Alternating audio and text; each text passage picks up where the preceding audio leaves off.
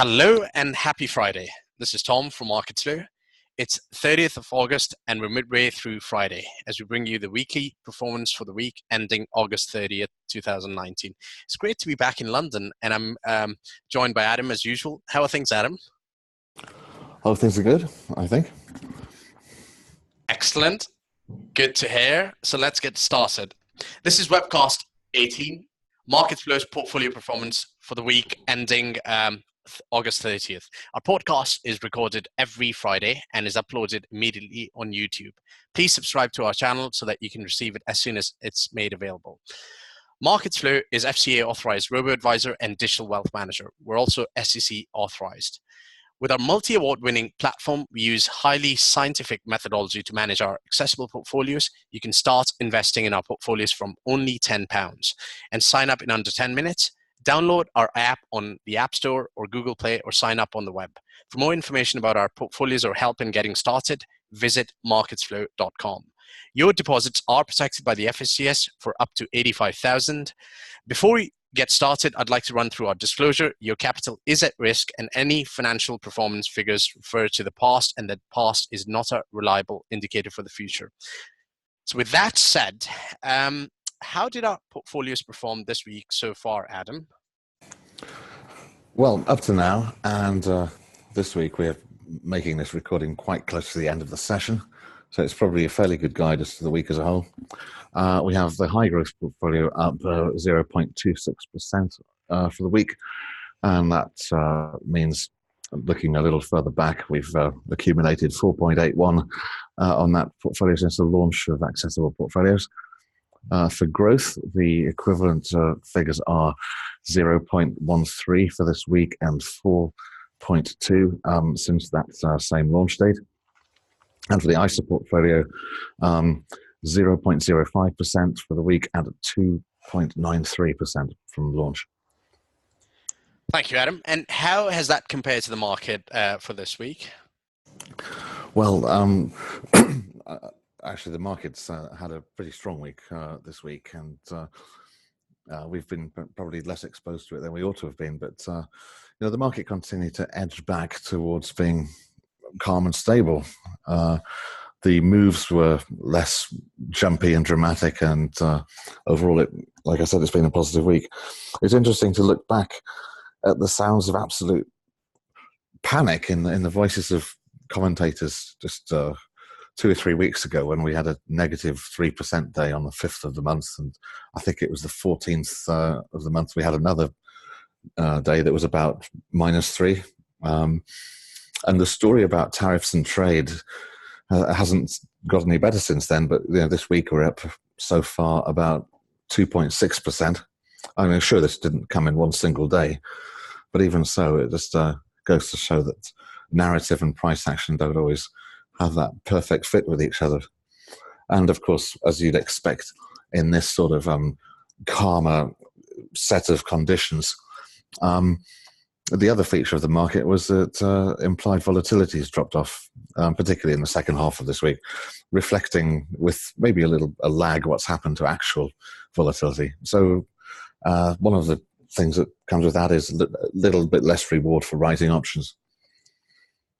Thank you, Adam. Sounds like it's a bit of a roller coaster of August. So great. What about the allocations within the portfolios? Well, on average for the week, we were not very much allocated to the market. Our signals were not very optimistic, which somewhat constrained how much we wanted to be in markets. And what we did do was, before today, was purely in stocks, until today when we have been a little more active and engaged in a small amount of options work, as well as moving the level of allocation higher for part of the day today. But it was a week of being reasonably cautious in light of our signals. We didn't hang on and wait for large gains on positions before taking profits. We were quite happy to close them with modest rewards. Great, thank you. So apart from the performance this week, a lot better than last week, is it still true that volatility and dispersions have meant opportunities to make money through active management have been harder to find? I'd say that seems broadly right about these factors, whether it be the top line of the market and how much that moves, or dispersion.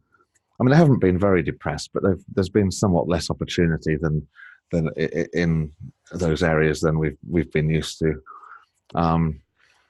and somewhat like last week, except for obviously the market performing better than it did last week. But these things obviously change. The amount of opportunity changes from week to week, and there'll always be some opportunity soon enough to do more. Indeed, and as you mentioned, we've been a bit more sort of overweight this week.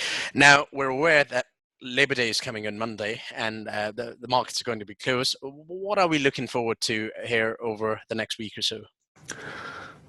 Well, we obviously aren't anywhere near to the earnings season, so with that not taking up space in the news and people's focus, there'll be more focus to put on the various regular economic releases, people with an eye to gathering evidence of various economies in the world moving closer to recession. There's the ongoing talk of tariffs and trade. And there'll be other news that comes along that we can't even guess at. And there is obviously this tendency for speculation at the moment in particular about the generosity or otherwise of central banks. There's a certain amount of anticipation about monetary policy turning looser, and whether it's going to support markets strongly. There seems to be some faith so far that it will. There's this tendency to react to weaker economic data with optimism about markets because of central bank support.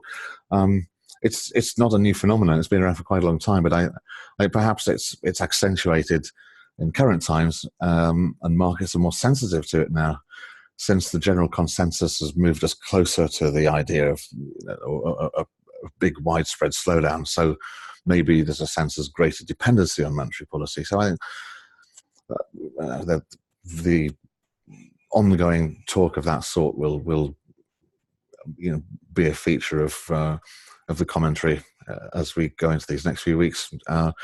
But when it comes to the things that are important to us specifically in our investment process, we just view each of these things as being potential catalysts that can set the market tone from day to day. And as always, we'll be focused on what markets are doing behaviorally rather than the stories themselves. Indeed, well put it. Well, the markets always keep us busy, don't they? And we're driven by data, and that's what we look forward to on a day-to-day basis. So that brings us to the end of our podcast. Thanks for watching or listening to us on YouTube. Please remember to subscribe to our channel. Have a great weekend, and we look forward to our next Friday's podcast. Take care. Bye-bye.